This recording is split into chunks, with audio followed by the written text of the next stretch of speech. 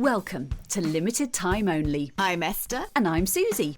Limited Time Only is the podcast for anyone who feels there aren't enough hours in their life. And each week there's a different topic for you to get your ears around. Featuring chat, comedy sketches and interviews with interesting people. Limited Time Only is a pick-me-up in podcast form. The special guest later in the episode is Lisa Campbell. This week it's time for Finding the Point. Esther, what are you doing at 8 p.m. on Thursday the 30th of November? Well, Susie, I'm going to be at your house. Oh, really? Yes, recording and going out live with our first Patreon Live. A Limited Time Only live online? Absolutely. And our patrons can come along and watch and be part of the chat. There'll be chats, there'll be quizzes, there'll be interviews. It'll be glorious. Will there even be a sketch? There will be a sketch. Yes, Susie, there will. Well, I tell you what, Esther, I'm going to be there. Marvellous. Me too. Are you going to be there? If you'd like to be there, hop on to patreon.com and search for Limited Time Only podcast and subscribe to be a patron, and you will find the link to our very first Limited Time Only live online right there, and you can sign up and we will see you at 8 p.m. on Thursday. Exciting. Exciting. Hello, Esther. Hello, Susan. It's nice to see you. It's lovely to see you. I mean, I can't see you. No. But, We should probably explain that when we do this, we do have the screen recording. We never used to, but we do now. But we don't look at each other because we don't like it. because frankly, it's an affront to my eyes to look at Esther's face. I'm so beautiful. No, it's because we put each other off. We do. Our beauty, the shines out of the screen and just is blinding. So I can't look at Esther. I've never been able to look her in the eyes. No. And that's how I like it. Yeah, like Medusa. But a pretty one with no snakes. Or Madonna. Madonna. Don't look me in the eyes. So the topic of today is something that crosses my mind pretty much on I'd say a 15-minute rotation daily, is what is the actual point? I mean, take that as you will. But yes, it's something that crosses my mind frequently. And so I thought I'd put it to you, Esther, to answer. Because... What is the point? Oh, now hang on. What I have prepared is things that I don't see a point in. I mean, I didn't realise you wanted me to actually give you the point. I mean, the point is just to have a bloody good time whilst you're here, I think. Absolutely. Who can give the answer to that question? So I think, we need to explore the things that we feel are completely pointless. There are many, so we'll have to cut them down. Yes. Go over to you. When I say what is the point, what comes to mind? Postcards. I didn't expect you to say that. What is the point in a postcard? If you go away for a week on holiday and then you go to the shop and then you have to write a bloody postcard, you've got to go to the shop and buy a postcard and then think about what you say and then quite often and then find a postbox and post it, and then by the time you get home the postcard isn't even there. So what is the point? Save your money. I mean, I know we've got phones now, and we probably WhatsApp more or message people or phone them, but you know, a holiday used to be a switch off time. Why do I have to update you with a postcard? I just don't see the point in them. They're a waste of money, they're a waste of paper. Do you buy them as I will often buy a postcard for myself as a little memento that I might... Yes. I suppose when I was a kid I used to stick them in my locker. I don't have a locker anymore. Maybe I should get a locker. Yeah. Then you could send me postcards and I stick them in there. But yeah, I kind of buy them as I can frame them and stuff. But I rarely send one now. I don't really send them. But I remember when I was a child, we'd go away and you would have to send postcards to people. Yes. And I just think, but we're only here for a week. And if you're away for a really long period of time, then fair enough. But I just think you're going for a break. So why give yourself work? Why am I having to go into this shop and ask, after having scoured the foreign dictionary, the language dictionary, how to ask for a stamp? The terror that's ensued from doing that and then having to write the post and then finding a postbox. Yeah, I mean, it's all a bit too much, isn't it? Emotionally. It is too much. Just switch your brain off. You'll explain it all when you get back. If you're away on a 6-month vacation, fair enough. But no, I don't see the point in postcards. I love that one. So I tell you what else I don't see the point in. Yes, please. As long as it's not me. Oh no, obviously. I see a lot of point in you, Suze. You are pointful. Ironing tablecloths and sheets. Oh yeah. I'm with you there. Who cares? Who cares? Who cares? No. Obviously when I go to a hotel, or if I can hang the sheets so that they dry nicely, but I just think this is a waste of my life. This is a waste of my life, ironing stuff. Do you iron other... I mean, does that extend to ironing anything? To be honest, I'm a hang it on the line, hope it drops out, and then if I'm going somewhere smart, I'll quickly run an iron over it. And if it's really creased, I'll iron it. Otherwise, I just think it's a waste of my life. I tell you what I do is I have an ironing pile. And that ironing pile usually stays there for about 6 months until my mum comes to visit, and then she does it. Yes. So that's how I deal with ironing. My mother-in-law was wonderful. Well, she's still alive. That makes it sound like she's dead, but she's very much here. But when the kids were little, I'd started my drama school. I probably have said about this before. My blood pressure went through the roof. I got a 4-year-old, a 2-year-old, a business. And the doctor said to me, how much time do you spend with your husband? And I said, I don't know what you mean. How often do you go out for a date? Once a week? No. Once a week? Once a month? No. Once a year? Maybe. And he was like, right, you've got to have more time to yourself. You've got to be able to switch off. And my blood pressure was really high, which is rare for me. I've normally got low blood pressure. But my mother-in-law knew, and she said, I'm going to take all your ironing. Now, I didn't iron anyway. I didn't have time to iron. But it was a really big help. And she used to take it every week. Your blood pressure went right down. And I was like, oh, and suddenly she said, I'm going to help you. And she took all the ironing every week. And as I say, it was just a really sweet thing to do. It is sweet. But I think people ironed more. I think people iron less now. Yeah. In general. Yeah. And I ironed more even before I had kids. There was we had a utility room in our shared flat in Richmond, and it was so big you could have an ironing board set up. In fact, it was so big, one of our friends slept in there for months. It's like a 5th bedroom, A sublet. Yeah, but I used to iron all my clothes. Yeah. Why? Well, I think most people do. I think I'm probably in the minority. I don't know. I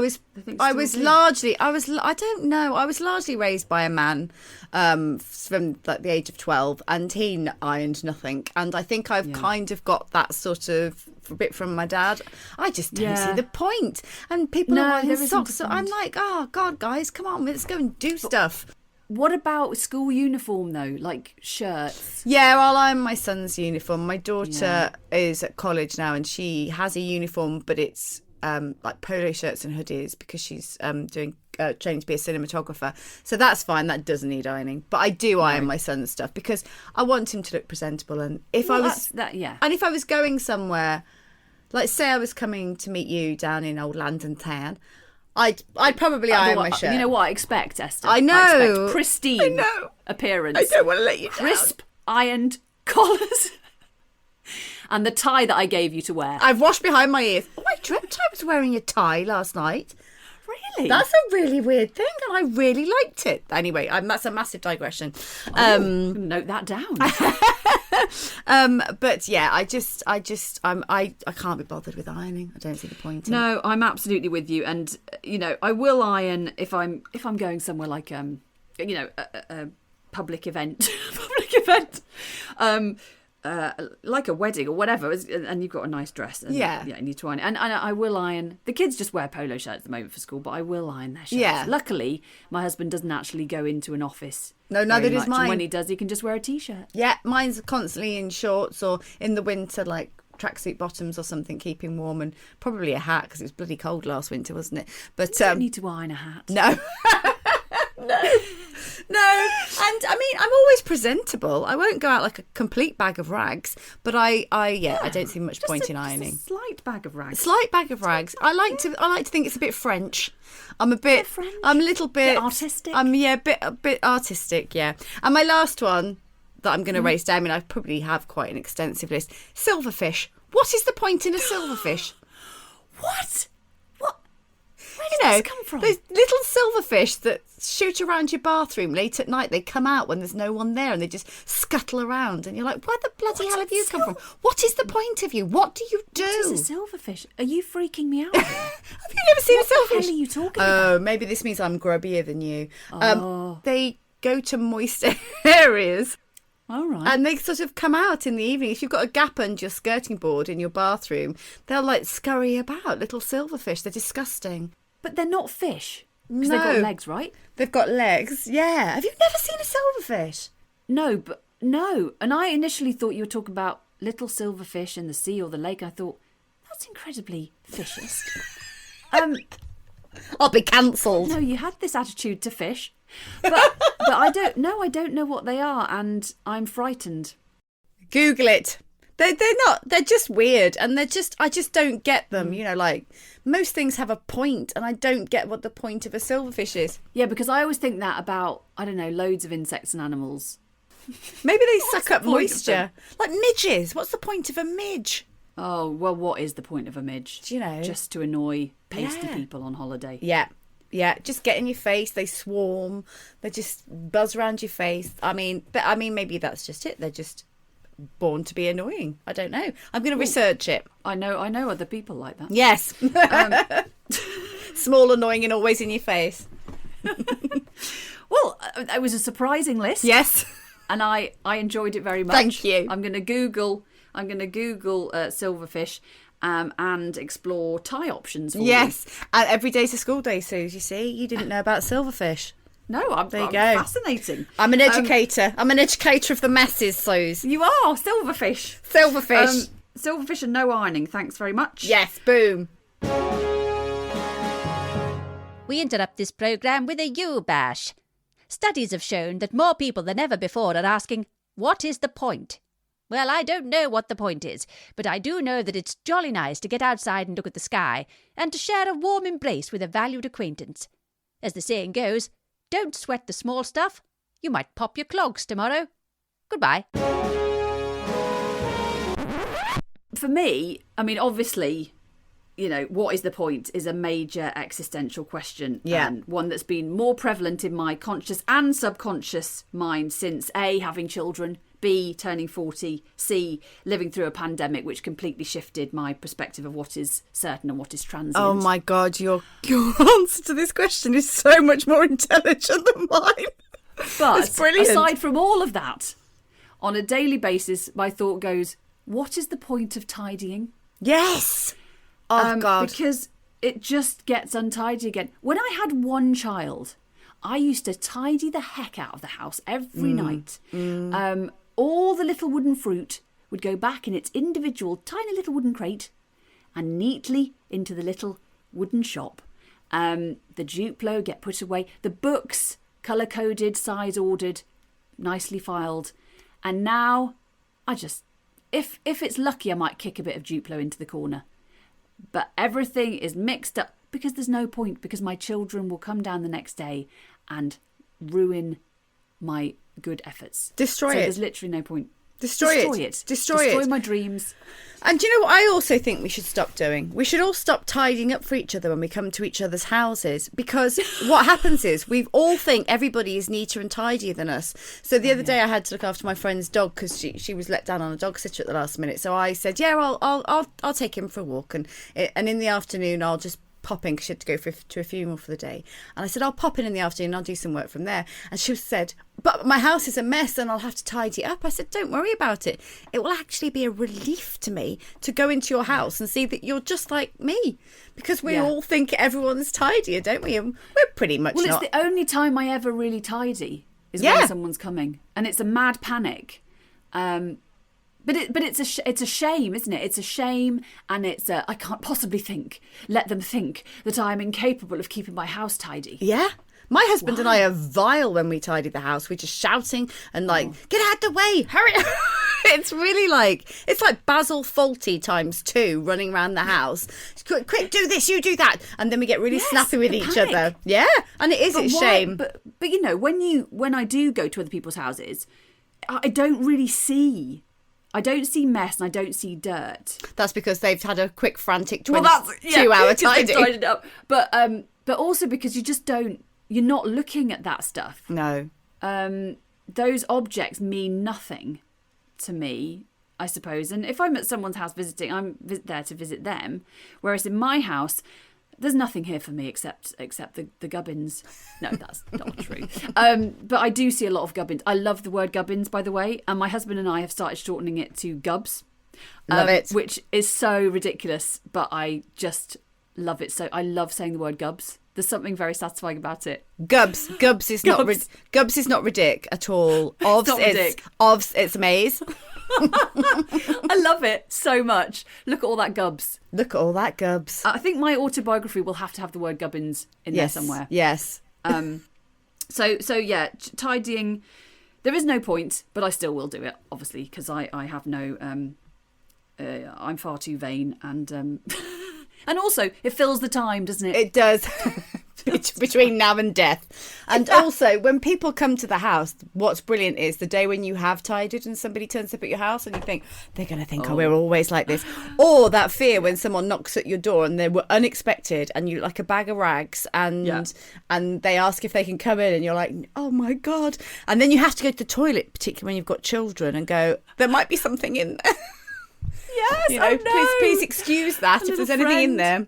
So if somebody hasn't flushed, a silverfish. Yes. The other thing, I have debates about this with my husband on a daily basis, is gardening. Yeah. And we're very lucky to have a garden. I know that. You've got a big garden as well. I mean, I don't know how lucky we are to have a really big garden. I feel like it's more of a curse now. But I do like. Do I like gardening? I'm not very good at it, you see. I'm quite good at pulling up weeds, but I've no idea what to do with it other than that. But mowing a lawn, that's a very clever way of gardening, because as soon as you've mown a lawn, it looks better. Doesn't matter what's going on in the borders. But I find that with gardening, I don't ever really have enough time to get kind of stuck into it, because I've got other things that are more important. Because also, as soon as, you weed, and then they just grow back again, don't they? But I don't mind that so much. But my husband absolutely just almost refuses to garden now, because he says there's no point. I've got better things to do in my life. And I'm like, but the garden could take over it could just swamp us and we could die in a mass of weeds because we haven't pulled them up. So it's a bit of an ongoing saga, that, in our house, and one I'm determined to win. I'm with you. I like gardens. I go to National Trust, and there's a gorgeous garden, and I love it. There's 50 gardeners doing their job. 50 gardeners doing their job, and my mother-in-law's garden is amazing. My aunts and uncles' houses, their gardens are incredible. And when we lived at our old house, we had quite a small garden, and I was really on top of it. But the kids were really little then, so it was almost my escapism.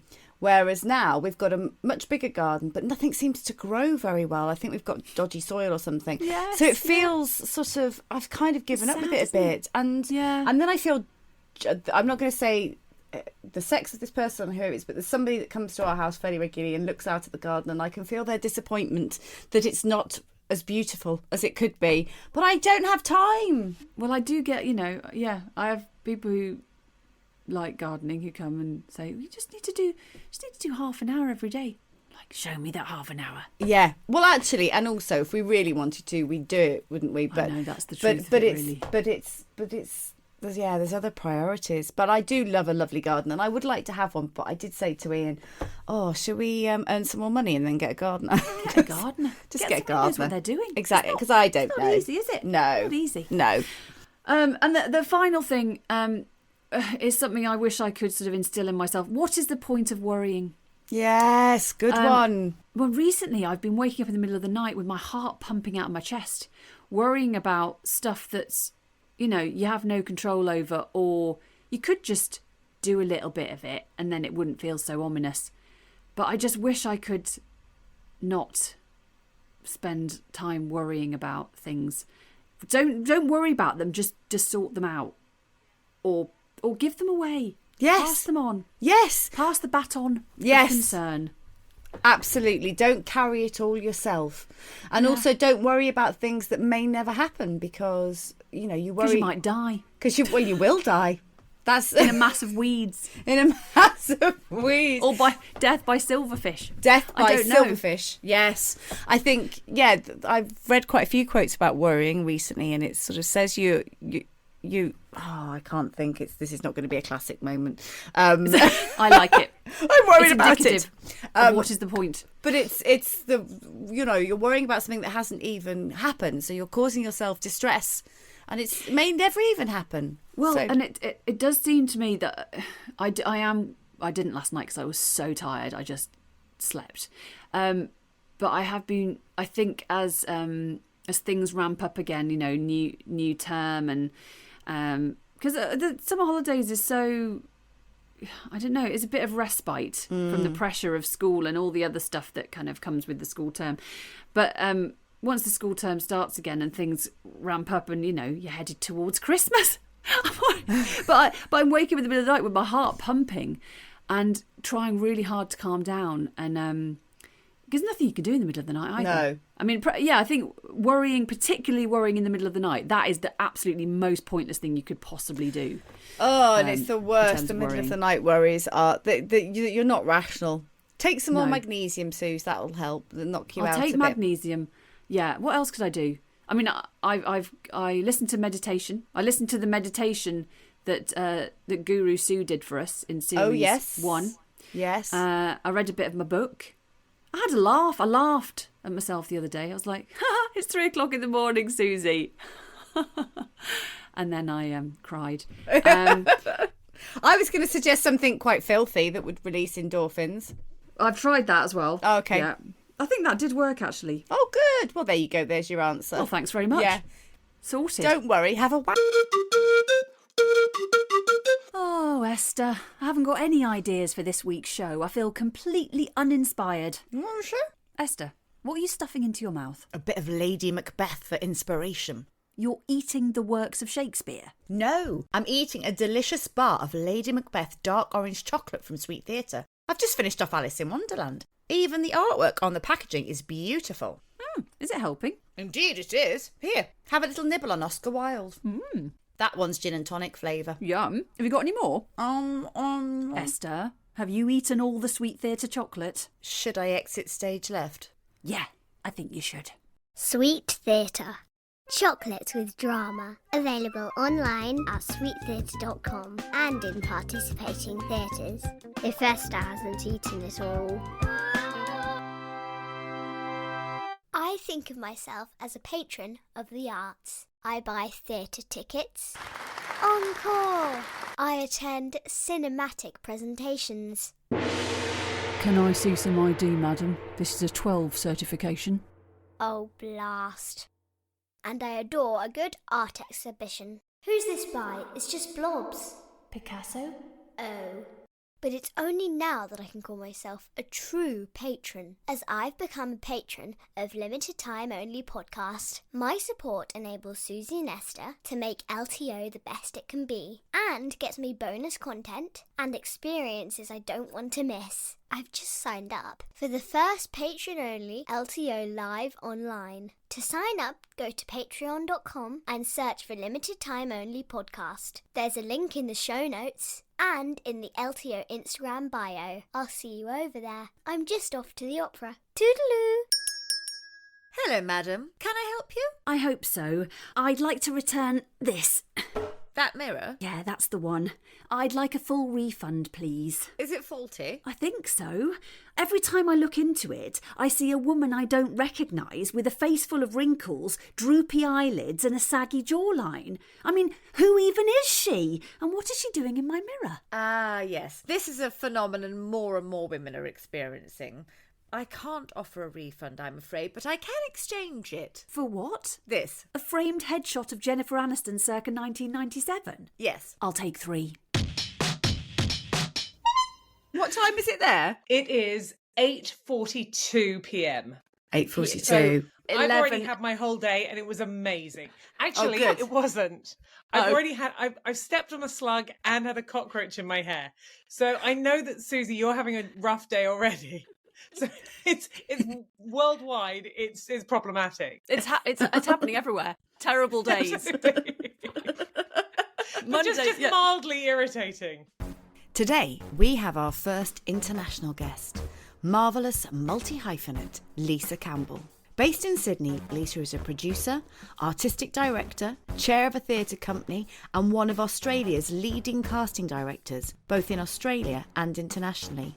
She is also a mother of 3, a dog owner and a wife. Originally an actress from the UK, a tour with the National Theatre took her to Australia, where she met her future husband, actor, singer and morning television host David Campbell. We talked to Lisa about her fascinating career, the serendipitous moments that have led her to where she is now, and how she manages to keep all the plates spinning. Welcome to the show, Lisa Campbell. I'm here, and I can hear you. Yay! Praise the Lord.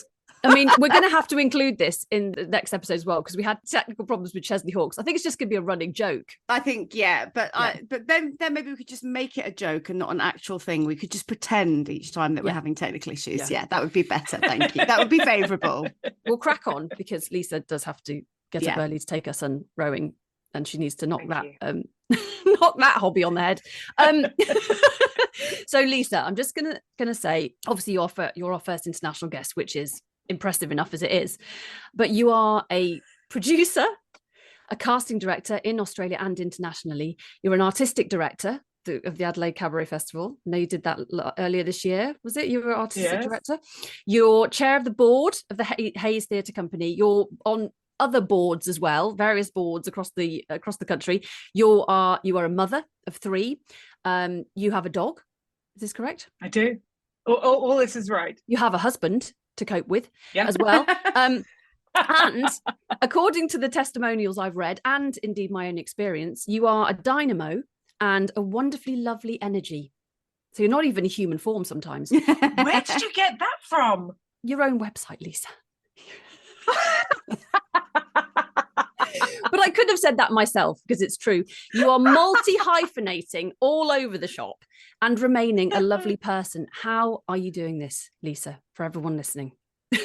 Oh, well, I've lowered my standards. I mean, look, okay, here we go. So you're now seeing me in my study. This is where I work. And this is my tidy office. Oh, yes. Oh, please do show us. This is what it really looks Gonna like. turn it round. Oh, She's yes. turning around the cat. Yes. Oh, Lisa. my good grief. At this point in the interview, Lisa turned her camera around to reveal an absolute shambles of a room. Good on you, Lisa. That makes me feel so much better about So myself. that's what's happening. Yeah. That's literally what's happening there. So it's just about what you see. Yeah. See, now it looks tidy. Yes. Yeah. I'm loving this, Lisa. This is making me feel so much better about myself. And that's what it's all about. Yeah. It's like from the top I look quite respectable. I look like I'm Susie Riddell. From the bottom, I'm in tracksuit. Oh, but they're such a good colour. Lovely green. They Come on. are. Thank Well, you. but Lisa, you have got an impressive CV, and for those listeners listening, who don't know you yet, please just tell us a little bit about what you do, which is a lot. Okay. So what I do is I say yes. So none of this was a plan. So I know Susie from many years ago, when the plan was that we would be actors. You stuck to the plan. Well, I've tried. I didn't. You definitely have.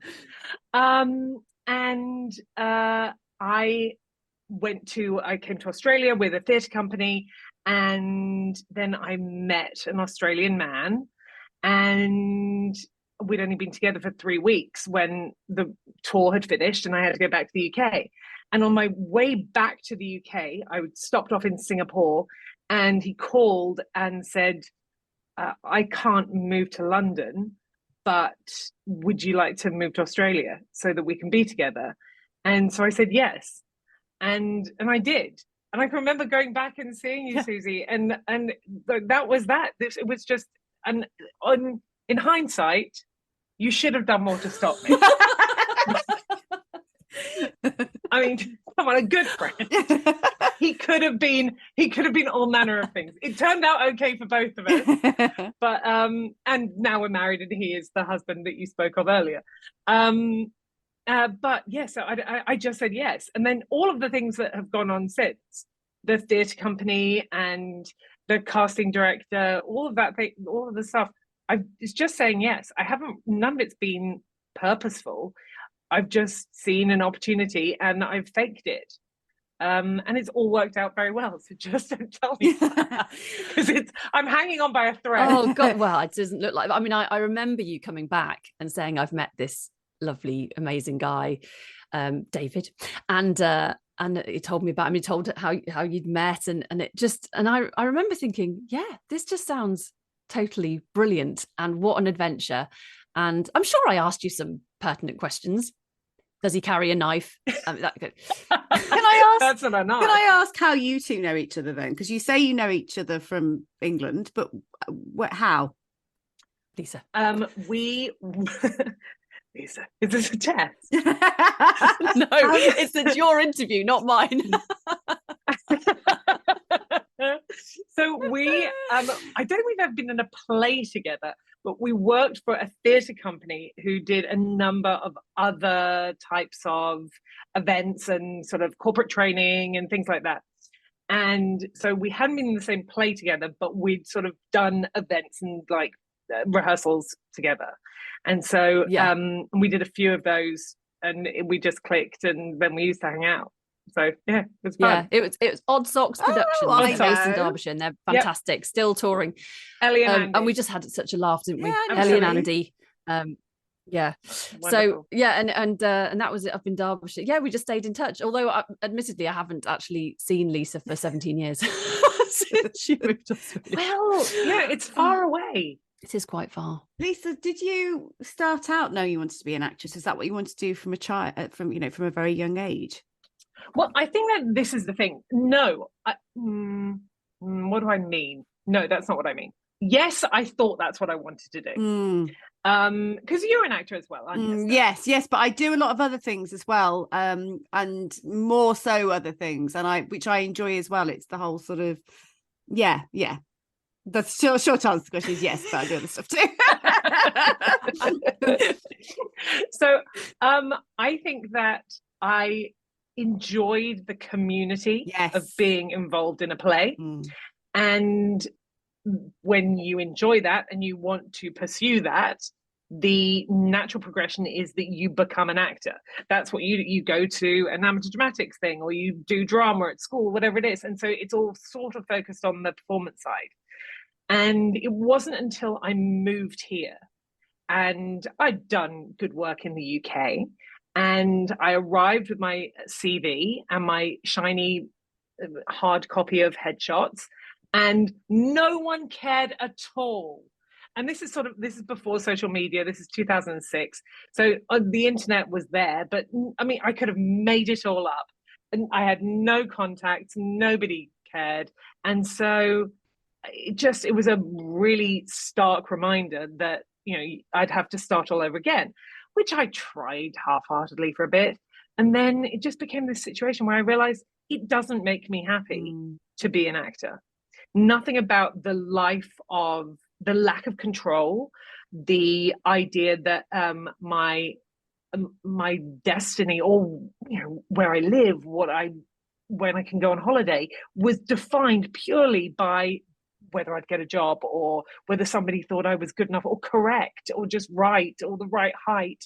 And that lack of autonomy just doesn't suit my personality. So I just tried to find other ways that I could still maintain that sense of community and just be in the background, which suits me so much better. I have no care or interest really I don't miss performing at all, because I still get the opportunity to do all the bits that I really enjoyed. And you're part of that community a lot more, aren't you? So much so. Because you're doing it all the time rather than once in a blue moon. I mean, I think you're inspiring me to give up acting, to be honest. Everything you've said is ringing bells. But this is why we're doing the podcast, really, because it's that kind of, we want to create something and we want to be part of that community and have, it's communication with people, isn't it? Absolutely. But if you're waiting for someone else to say, yep, you're in, then, but you can do the, yeah, you're in.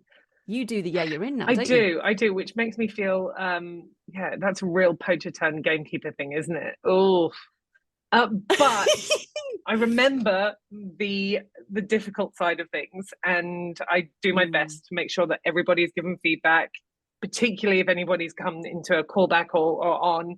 Everybody knows what the situation is. I'll make sure that I'm letting people off the hook as soon as I can, because I know how painful it is to be left just waiting. So I'm really trying to paint myself well being a casting director, but well, you know, your testimonials do that for you. Yeah, the one. So how did the dynamo one, the ones you put on there, dynamo, and the one, well, like, you know, that energy, and it is something you have to hold people, don't you? You have to care, and remember that they are real. They're human beings who are sitting at home going, was I good enough? Have I got the part? Did they like me? Oh. And the fact that you've had the experience of that makes a massive difference, I think, it is, when you're a casting director. Oh, it's a brutal business, and if I can help in any way to make it slightly more palatable, then I will. But I mean, the one thing that I didn't really remember, or I didn't think about, and I'm constantly trying to remind performers of, is that it's a long game. And I know that there are people who I have seen, who I've liked in an audition, and they haven't got it. And then 2 weeks later, I can call them something else and they get that.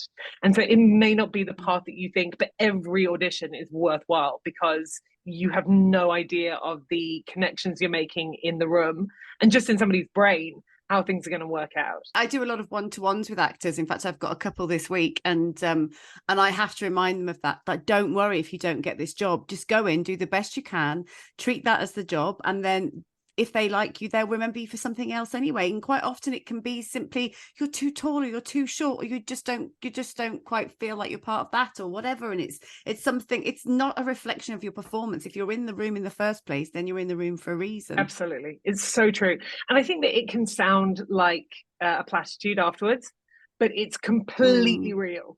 So true. I'm chair of a theatre company, which I started up with some friends of mine who are like-minded producers, and with that company we get to see a big turnover of performers. So we do at least 8 shows a year, and in seeing that turnover and seeing people in rehearsal rooms and seeing people really develop their performance, the best thing about that, it's made me such a better casting director, because I've managed to see people's process. So therefore, if somebody is having a bad day, bring them back another time.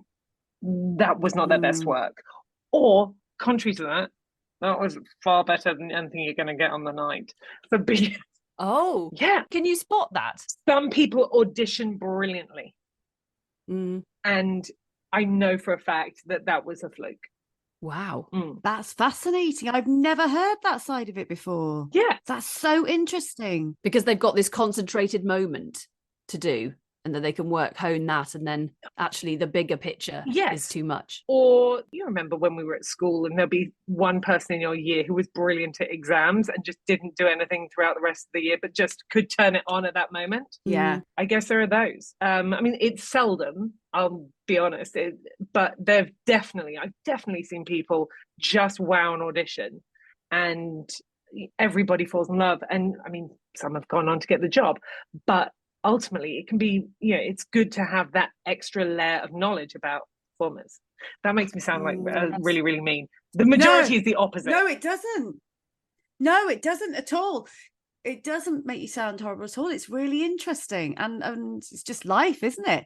Can I ask how you got into casting then? I know you said you went to Australia, said yes to everything, and this is where you are, but how did you get into the casting bit? It's really interesting. Okay, so when I was doing the Hayes stuff, which is the theatre company, so it's named after a performer called Nancy Hayes, who is, I guess, akin to like an Angela Lansbury here.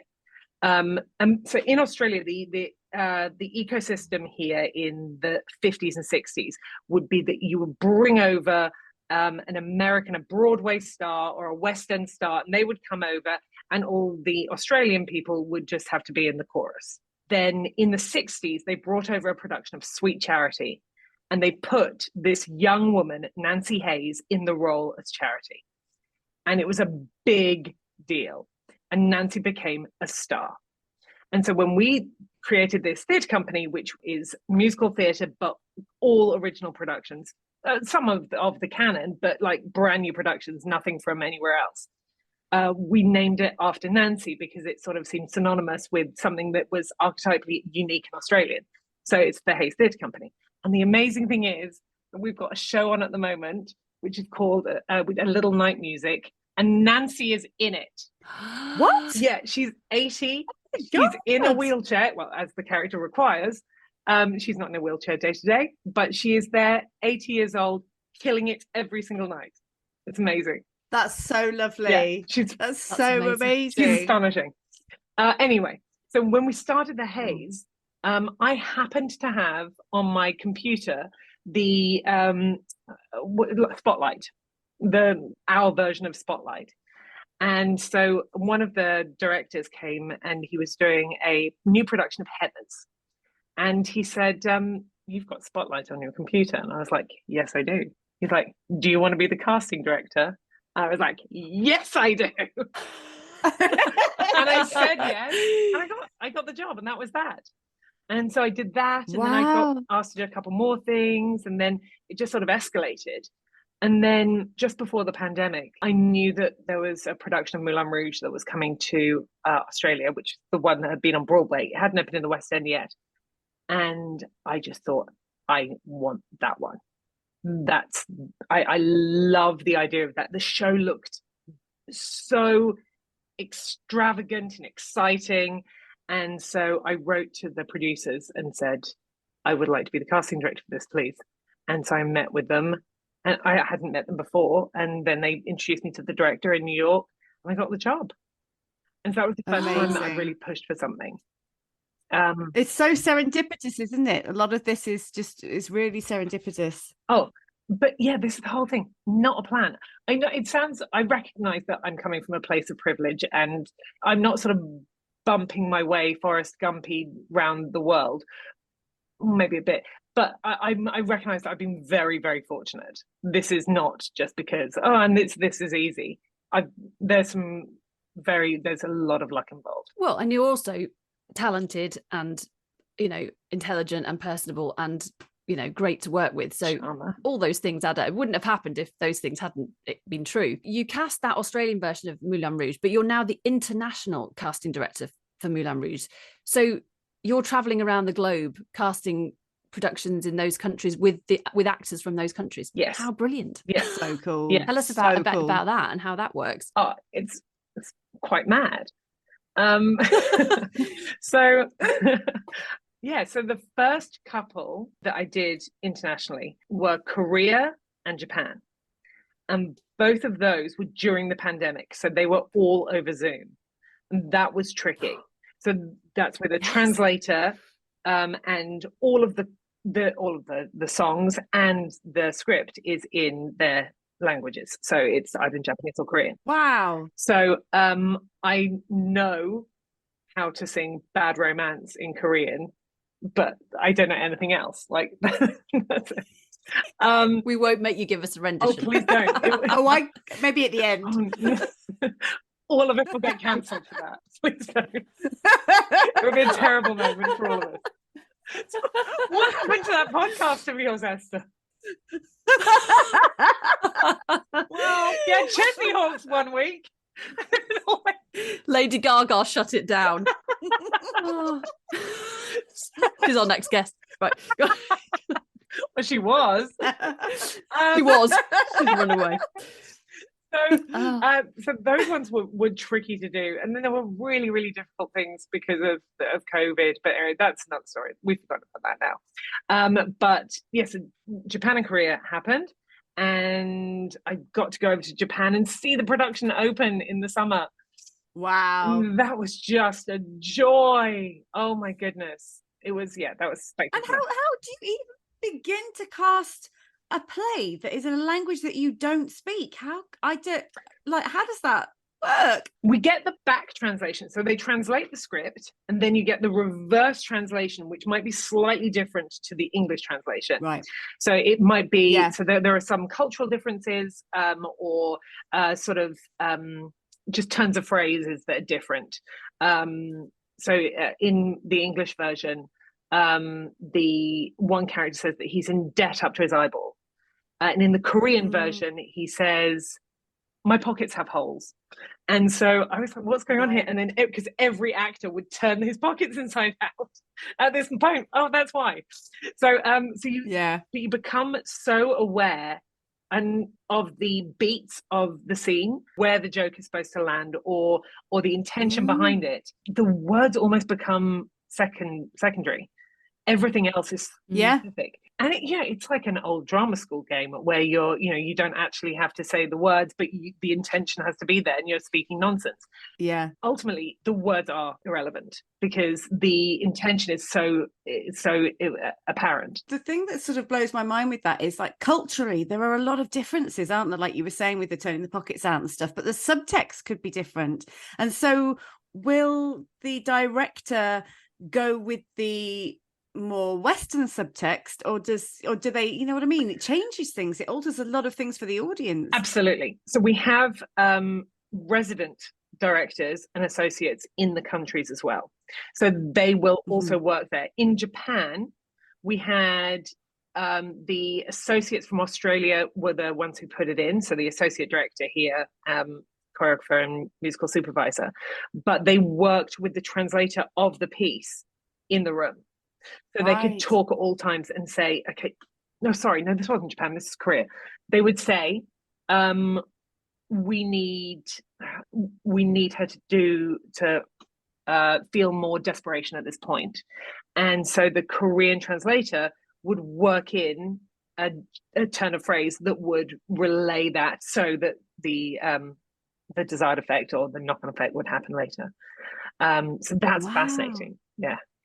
Really fascinating. And with the singing, I mean, I suppose good singing is good singing wherever you are.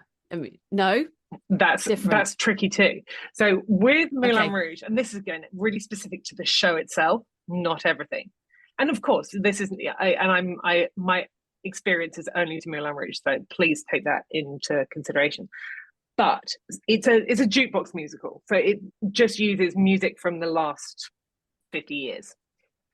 And some of the songs are don't have the same landing that they would in some countries, so they'll change them out and swap them out for different songs. Not many, but a couple. But strangely, Rick Astley, punchline, everybody laughs everywhere, worldwide. Somebody goes, "Never Gonna Give You Up," and everybody laughs. Wow. It's the international appeal of Rick Astley. Absolutely. Yeah. But when it comes to vocal tone, that can really alter, because the sound that we are used to hearing those specific songs in is so specific to the singer who made them famous. So if you're hearing like Lady Marmalade, you're so used to hearing those exciting African-American voices. So that can sound different if you're looking at various different voices. So that sometimes you are requesting people to, or we're finding actors who have more of a wider tone or something like that, that's going to sound more akin to the sound that we want, or the sound that the songs require. And that can be more difficult. Wow, that's so fascinating. So you produce, you cast, you're an artistic director. Do you have one that you really prefer, or do you just love it all? Love the variety? For me, right now, the casting directing is the thing that I love the most. It feels like a puzzle all the time. And now it's got to this level where we've got 7 companies. So we've got Australia, Broadway, US tour, West End, Japan, Korea, and Germany. So they're either just recasting, or, and this is my favorite bit, is if somebody leaves and we need to find somebody very, very quickly, I have to think about who can I get from where and who's free and where are their costumes and can we get them on a plane the next day? And that's my favorite bit. You're a problem solver. Absolutely. It's like Challenge Annika. The thrill, the adrenaline, and we've got to get this quick. Who do I know? I relate to that a lot. What's been the most ridiculous last minute fly someone from wherever to wherever? It was my finest moment. Because it was two of my greatest strengths, which were listening to where people are in a gossip way and Instagram. So I'd been following some guy who had left our Australian company, and he was sunning himself in Mykonos, and somebody went down in the German company. They called, and I was like, I can get somebody there today. And he got there. He did it. Amazing. Love it. That is really cool. That's amazing. Well done. It was a total joy. You're like a casting detective. Yeah. And that's a joy. Angela Lansbury. It's all full circle. And the beauty of that as well is that that's the best part of being a casting director, because it's that not people haven't even gone for an audition. It's just calling them up and saying, do you want to save the day in Germany for 2 weeks? Yeah. Of course I do. I can pay for my holiday. Well, Esther and I are always available. We're always available. Well, pick Suze, because I'm a little bit like you. I'm at least I'm a bit more. I'm doing other stuff, and I don't know if I love acting in quite the same way anymore. So get Susie to do it. And plus, she's more of a singer than I am. I mean, I can murder bad romance in any language.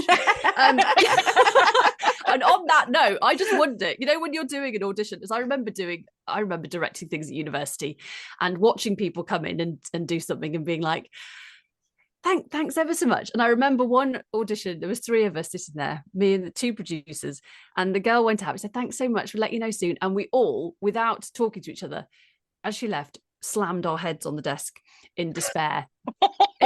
We just all kind of went, oh my God.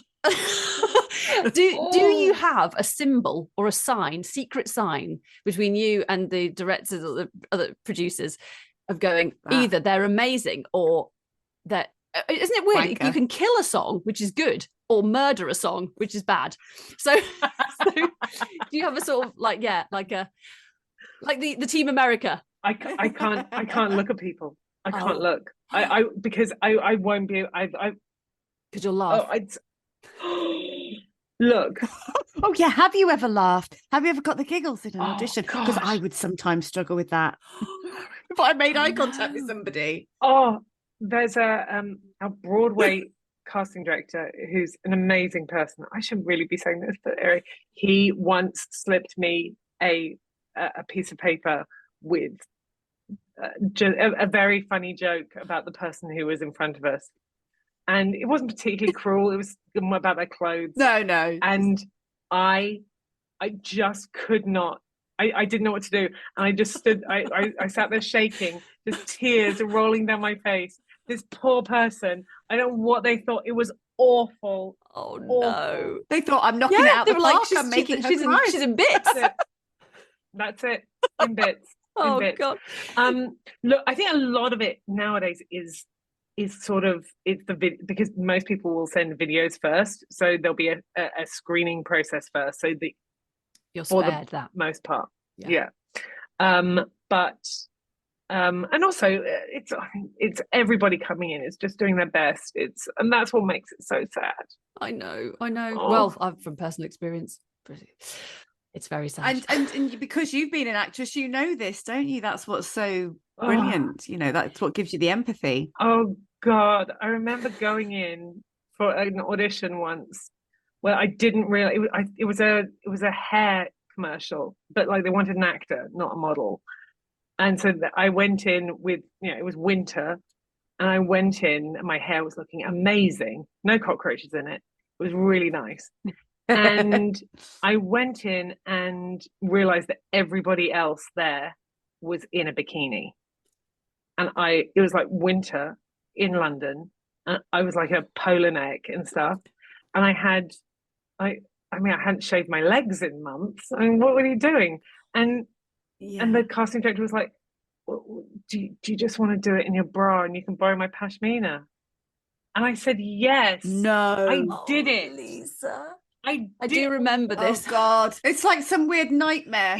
It's like a weird nightmare. What was I thinking? But you don't have the when you're younger, and I think when you're in a situation where you think, oh, I've been asked to be here and I'll be letting people down. Isn't it awful that you that you just don't have? I think now, if someone said that now, I'd be like, no thanks, mate. Of course not.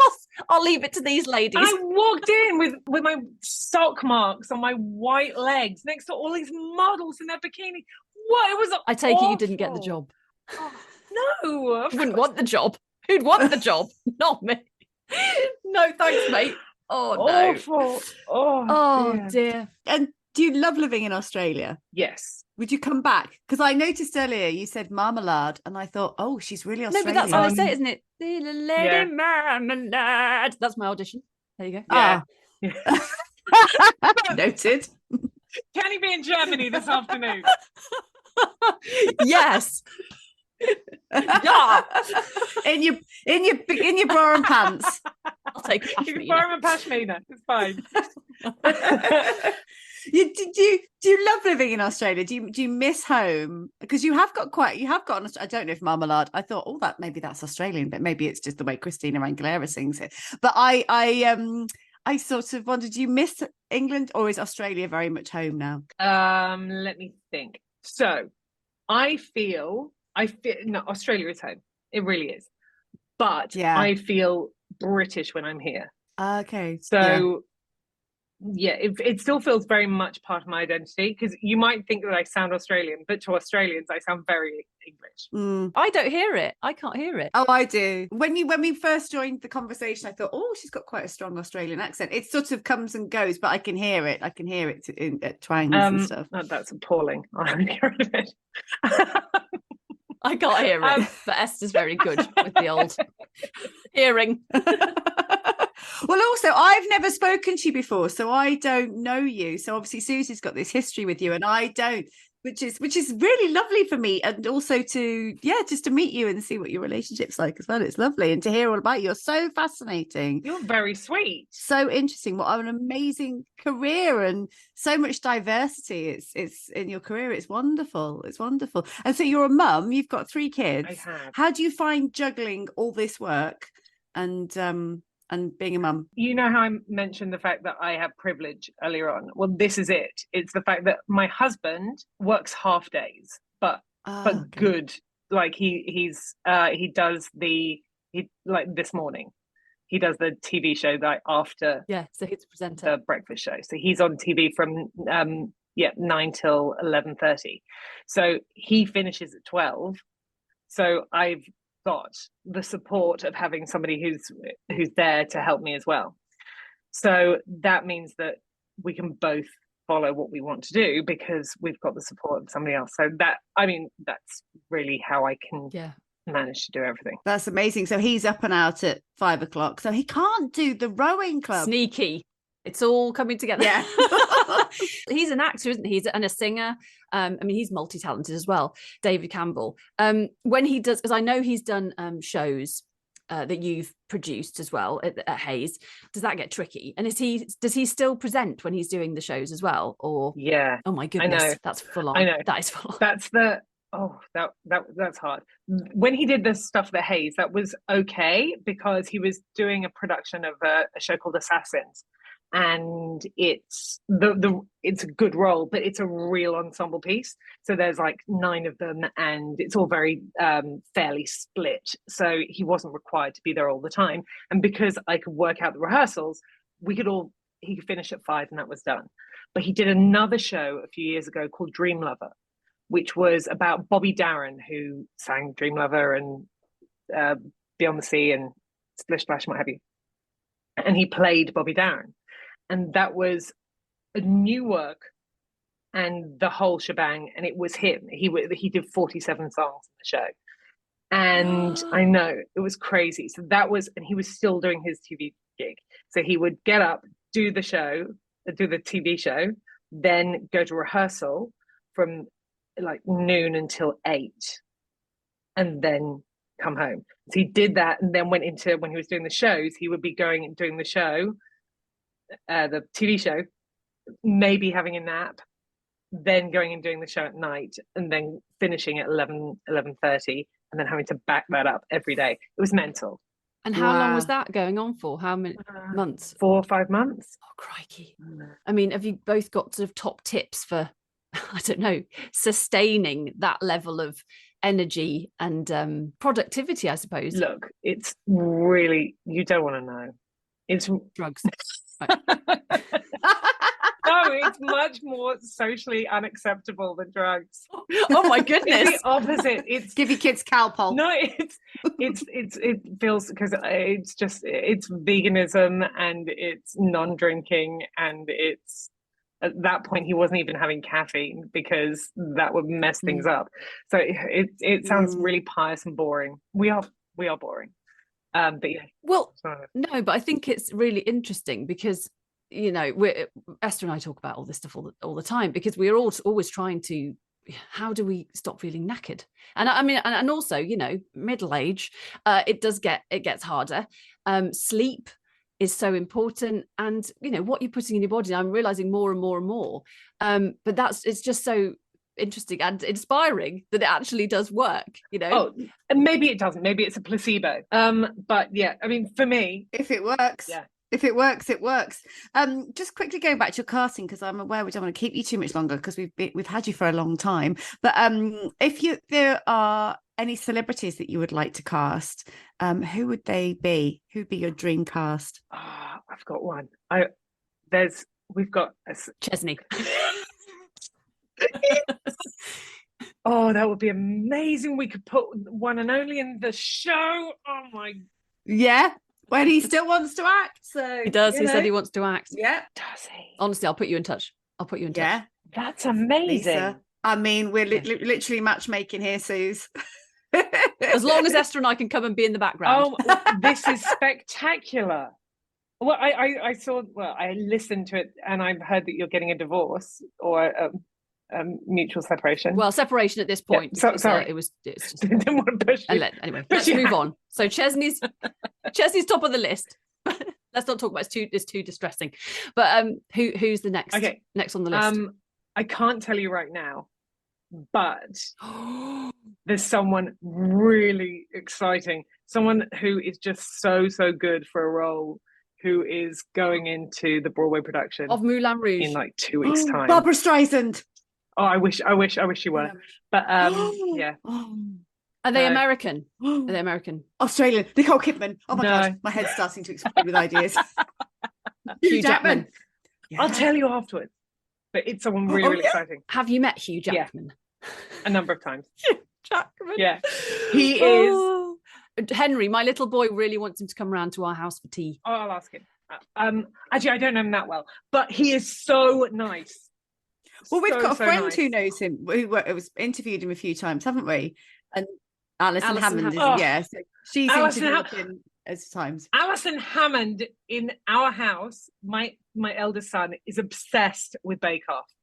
And the fact that, I mean, I've only met Alison once through you. I met her, where were we? When baby? I don't know where we were. I don't remember. Maybe I wasn't too. I've only met her once. Maybe I told her that I knew you. Anyway, regardless, Alison Hammond being on Bake Off is the most exciting thing ever. Yeah, she's so brilliant at it. She's such a lovely. I mean, we've known her since we were 11, haven't we? So, but she's the nicest person, and she's just exactly as you know when you met her. She's just what you see. That's who she is. So if we fix you up with Chesney and Alison, and then we'll come and do some backing dancing on Broadway. Yeah, I'll hook you up with Hugh Jackman and the cockroach in my hair. That sounds like a fair swap to me. I think it's fair. Have you, I mean, I know you say you don't have a plan, you kind of just say yes. Have you got anything that you know, in the future think I'd love to do that? Oh, yeah. I'd love to have the opportunity. Bake Off. Absolutely. Yeah. So this year, I wasn't supposed to take on the international gig for Moulin Rouge. That wasn't part of the plan.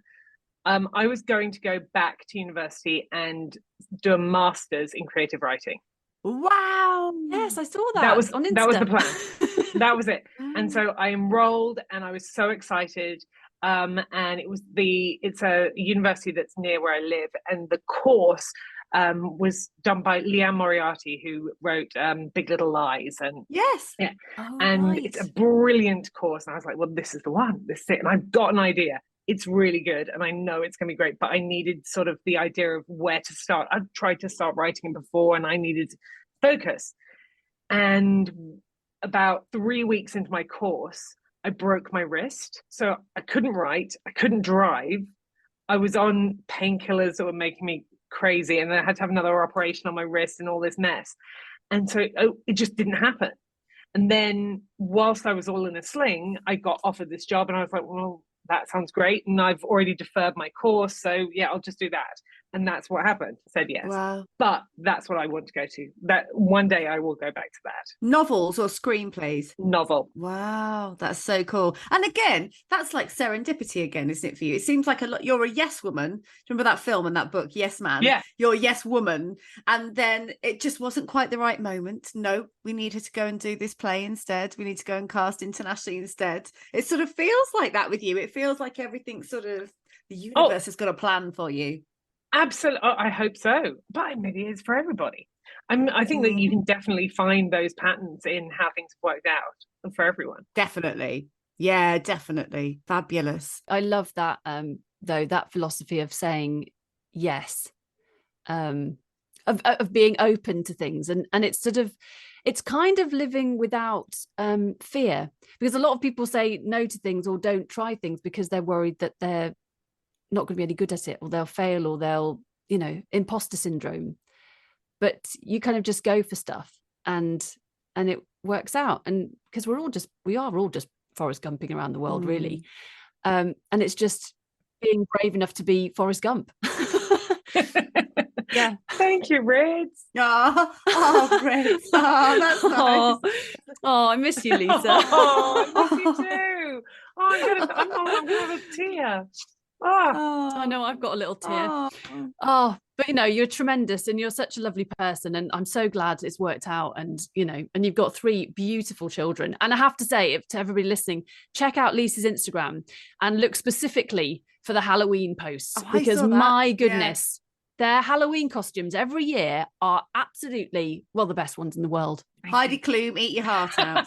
It's all about the Campbells. Love it. Thank you. Thank you so much for coming on and being a guest and giving us your time. It's been so lovely to meet you. Thank you for having me, Esther. So lovely to meet you and hear all about your amazing life. And I can see you've got such a lovely energy about you, like Susie said, and how lucky you two are to have each other. It's wonderful. It's wonderful. It really, really is.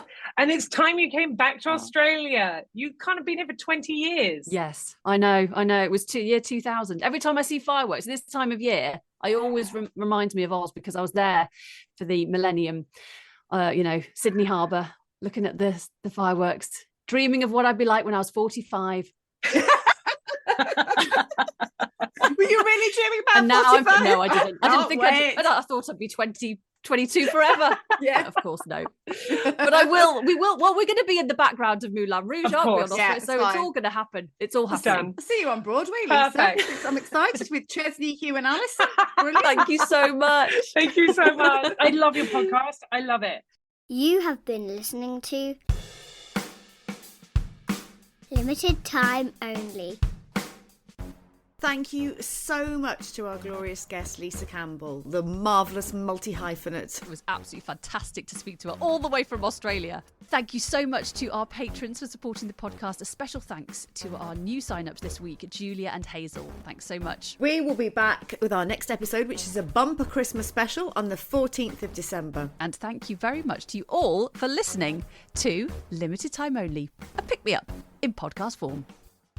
Oh, what's the point?